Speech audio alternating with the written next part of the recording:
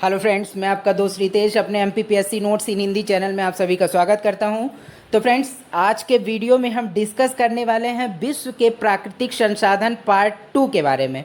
जैसा कि आपको पता होगा कि मैंने पार्ट फर्स्ट डाल दिया है पहले ही एमपीपीएससी नोट्स इन हिंदी चैनल में। तो यदि आपने उसे अभी तक नहीं देखा है उस वीडियो को, तो आप उसे देख सकते हैं। और इसके बाद यदि ये वीडियो आप देखते हैं तो आपको ज़्यादा अच्छे से समझ में आएगा। तो विश्व के प्राकृतिक संसाधन पार्ट 2 में हमने कई इंपॉर्टेंट जो पॉइंट्स को शामिल किया हुआ है। तो चलते हैं सीधे हम अपने वीडियो की ओर, देखेंगे कि विश्व के प्राकृतिक संसाधन से रिलेटेड पॉइंट्स कौन कौन से हैं। तो सबसे पहले देखते हैं विश्व के प्रमुख विनिर्माण उद्योग। ठीक है, तो ये कहाँ कहाँ पर हैं, क्या कैसे कहाँ पे क्या चीज़ें फेमस है, कहाँ पे ज़्यादा चीज़ें ये सब बनती हैं। ठीक है, तो विश्व के प्रमुख विनिर्माण उद्योगों के बारे में देखते हैं। तो एक साइड मैंने यहाँ पे दिया हुआ है उद्योग और एक साइड दिया है उत्पादक देश, जहाँ पर जो कि सबसे ज़्यादा मात्रा में उस चीज़ों का उत्पादन करते हैं। ठीक है, तो चार यहाँ पे देखते हैं सूती वस्त्र उद्योग का जो उत्पादन करता है सबसे ज़्यादा। तो इसमें चार हैं, ब्रिटेन, भारत, चीन, रूस, ये सभी जो हैं सूती वस्त्र के उद्योग यहाँ पर काफ़ी ज़्यादा मात्रा में है। ठीक है, अगला है लौह इस्पात उद्योग, जो कि अमेरिका, यूक्रेन, जापान, रूस में है, जहाँ पर काफ़ी भारी मात्रा में लौह इस्पात उद्योग हैं। ठीक है, इसके बाद ऊनी वस्त्र उद्योग, ये कहाँ है, तो ये जापान, अमेरिका, ब्रिटेन में, जहाँ पर एक भारी मात्रा में इन सभी का जो है उत्पादन किया जाता है। ठीक है, और इसके बाद है अगला है रेशमी वस्त्र उद्योग। रेशमी वस्त्र उद्योग के जो उद्योग हैं ये कहाँ कहाँ पर है प्रमुख रूप से, तो रूस, जापान, चीन, जो फ्रांस, भारत। ठीक है, इसके बाद अगला है मोटर गाड़ी उद्योग, जो कि America, Japan, Germany, France, Italy, रूस, स्पेन, यहाँ पर मोटर गाड़ी उद्योग जो कि काफ़ी ज़्यादा यहाँ पर ये जो कार वगैरह हैं बनाई जाती हैं। ठीक है, इसके बाद देखते हैं कि आगे क्या है, पोत निर्माण उद्योग, ये कहाँ पर है, तो ये जापान, स्वीडन, जर्मनी, अमेरिका में, जहाँ पर भारी मात्रा में बड़े बड़े पोत वगैरह का निर्माण किया जाता है। ठीक है, इसके बाद है अगला वायुयान निर्माण उद्योग, ये कहाँ पर है, इसके प्रमुख जो केंद्र हैं तो अमेरिका, ब्रिटेन, रूस, यहाँ पर ये सभी जो वायुयान निर्माण उद्योग यहाँ पर काफ़ी बड़े बड़े हैं। ठीक है, जहाँ पर इनका उत्पादन किया जाता है, बनाए जाते हैं ये सभी। इसके बाद है सल्फ्यूरिक अम्ल, ये कहाँ पर इसके प्रमुख केंद्र हैं, America, Japan, Germany, great Britain. ठीक है, इसके बाद है नाइट्रोजन युक्त उर्वरक, ये कहाँ कहाँ पर इसके उद्योग प्रमुख रूप से हैं, तो जापान, अमेरिका और भारत। ठीक है, तो ये प्रमुख ऐसे देश हैं जहां पर ये सभी चीज़ों का ज़्यादा से ज़्यादा उत्पादन किया जाता है। ठीक है, बाकी ऐसा नहीं है कि और कोई देश नहीं उत्पादन करते, लेकिन ये सभी जो देश हैं ये ज़्यादा मात्रा में इसका भारी मात्रा में ये सब प्रोडक्शन करते हैं इन सभी चीज़ों का। ठीक है, इसके बाद जो आगे है तो अगला है ये फास्फेट उर्वरक, जो कि अमेरिका और ऑस्ट्रेलिया काफ़ी ज़्यादा मात्रा में उत्पादित करते हैं।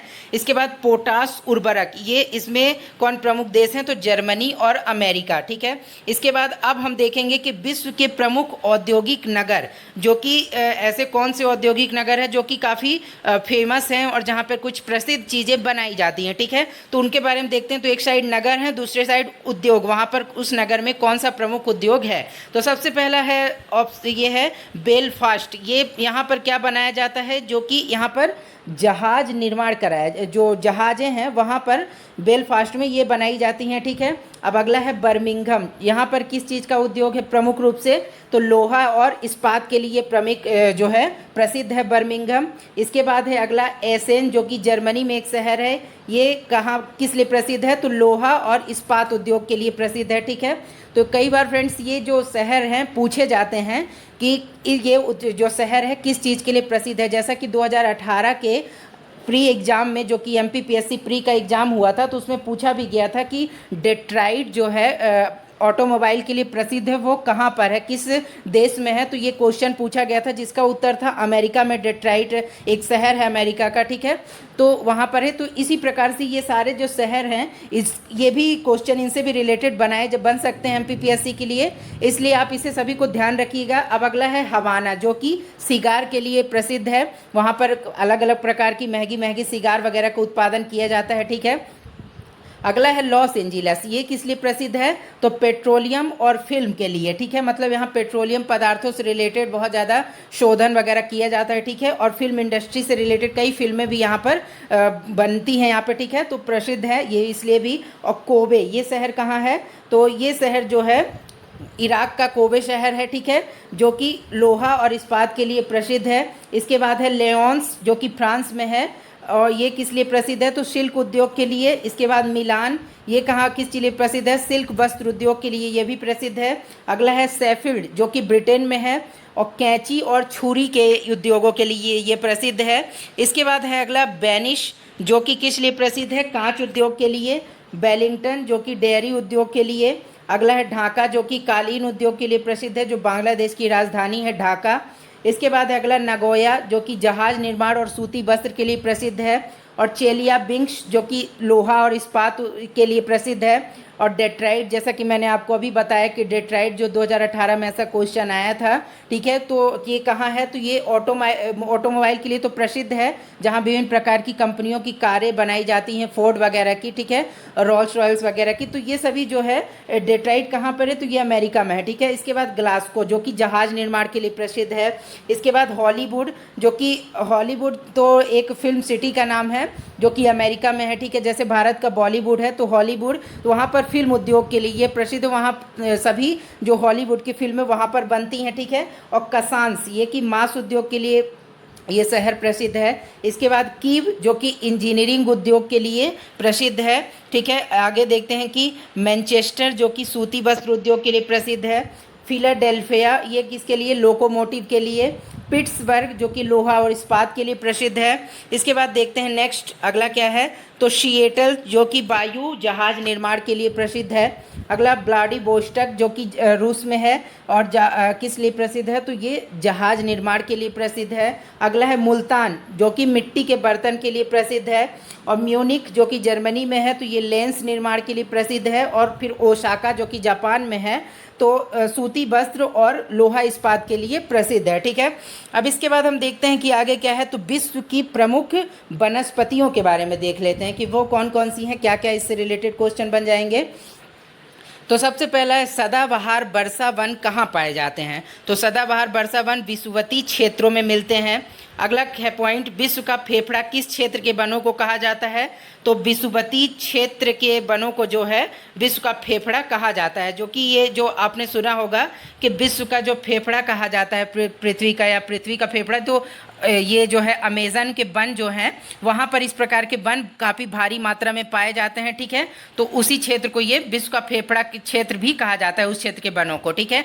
और प्राकृतिक वनस्पति का सबसे विकसित क्षेत्र कौन सा है, तो ये पतझड़ वन है, ठीक है। अगला है टैगा वन सबसे अधिक कहाँ पाए जाते हैं, तो ये साइबेरिया में पाए जाते हैं, ठीक है। अगला है मलेरिया की दवा कुनेन किस वृक्ष से प्राप्त की जाती है, तो सिनकोना से प्राप्त की जाती है, कौन, मलेरिया की दवा कुनेन। इसके बाद आगे क्या है, तो आगे है किस वन को जंतुओं की दृष्टि से प्राकृतिक प्राणी उद्यान कहा जाता है, तो किस वन को कहा जाता है, तो सवाना वन को प्राकृतिक प्राणी उद्यान कहा जाता है जंतुओं की दृष्टि से। इसके बाद है नेक्स्ट, विश्व के वन क्षेत्रों में किस वन के फैलाव की प्रतिशतता है सबसे अधिक होती है, तो उष्ण कटिबंधीय वर्षा वनों के फैलाव की प्रतिशतता जो है सबसे अधिक होती है, ठीक है। अगला है सिनकोना वृक्ष किस वन में पाए जाते हैं, तो विषुवतीय वनों में पाए जाते हैं सिनकोना वृक्ष। अब मोन्टाना वन कहाँ पाए जाते हैं, तो एंडीज पर्वत की पूर्वी ढाल पर। अगला है, और किस वन को बोरियल वन के नाम से जाना जाता है, तो शंकुधारी वन को। कौन से वन सबसे अधिक क्षेत्रफल पर हैं, तो विषुवतीय वर्षा वन जो है सबसे अधिक क्षेत्रफल पर हैं। और टुंड्रा वनस्पति का सबसे अधिक विस्तार कहाँ पाया जाता है, तो उत्तरी अमेरिका में ये पाया जाता है। और अमेजन नदी घाटी में विषुवत रेखी उष्णार्द्र वन को क्या कहा जाता है, तो ये सेल्वास कहा जाता है। और साइबेरिया क्षेत्र में समशीतोष्ण कोड़धारी वन को किस नाम से जाना जाता है, तो ये टैगा के नाम से जाना जाता है, ठीक है। अगला है डेलबर्जिया जाति किस से संबंधित है, तो शीशम से संबंधित है, शीशम का जो पेड़ होता है उससे। और कर्क रेखा के निकट किस प्रकार के वन पाए जाते हैं, तो उष्ण कटिबंधीय वन पाए जाते हैं, ठीक है, कर्क रेखा के निकट।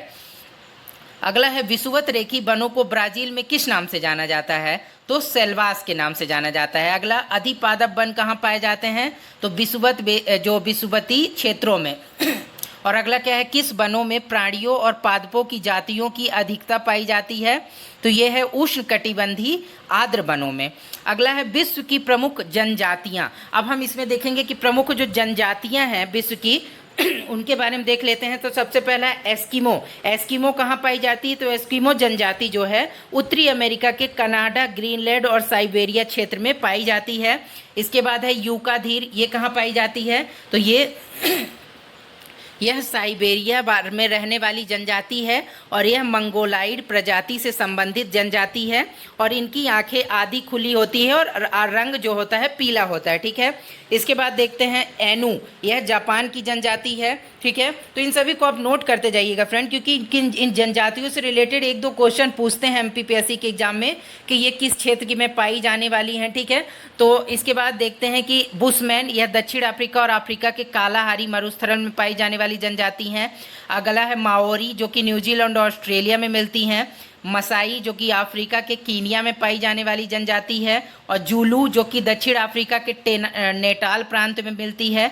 बद्दू, जो कि अरब मरुस्थल में पाई जाने वाली जनजाति है।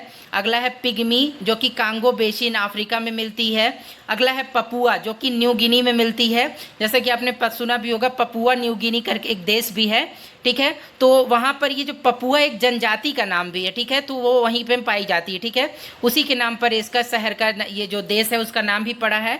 अगला है रेड इंडियन, दक्षिण अफ्रीका में मिलती है। लैप्स, जो कि फिनलैंड और स्कॉटलैंड में मिलती है। और अगला है किर्गिज, जो कि मध्य एशिया के स्टेपी वाला जो क्षेत्र है, जहाँ पर आपने सुना होगा कि स्टेपी घास भी पाई जाती हैं, तो वहाँ पर ये जनजाति मिलती है। अगला है बोरो, जो कि अमेजन बेसिन में मिलती है।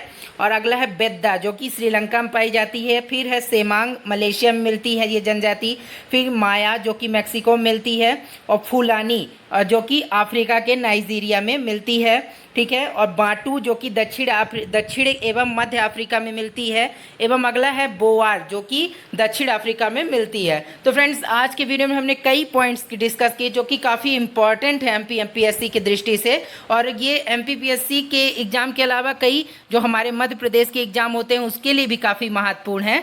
ठीक है। तो आज के वीडियो में इतना ही। अब हम जब नेक्स्ट वीडियो में मिलेंगे तो उसमें भी हम किसी नए टॉपिक पर डिस्कस करेंगे। तो आज की वीडियो में इतना ही। यदि वीडियो अच्छा लगा हो तो लाइक, शेयर, कमेंट जरूर करें। और फ्रेंड्स, यदि आपने अभी तक चैनल सब्सक्राइब नहीं किया है तो चैनल सब्सक्राइब कर लें, ताकि आने वाले सभी वीडियोज़ के नोटिफिकेशन आपको मिलते रहें। तो ओके फ्रेंड्स, बाय बाय।